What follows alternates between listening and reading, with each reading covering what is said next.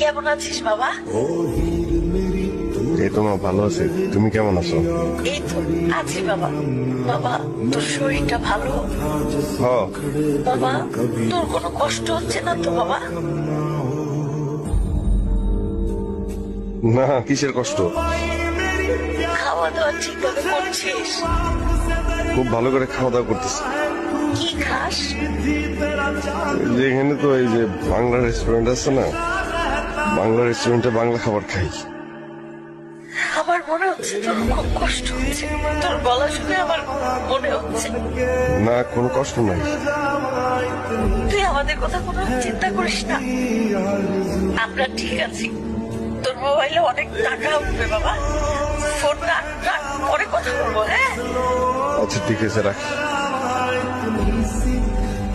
কেমন আছিস বাবা? এই তো মা।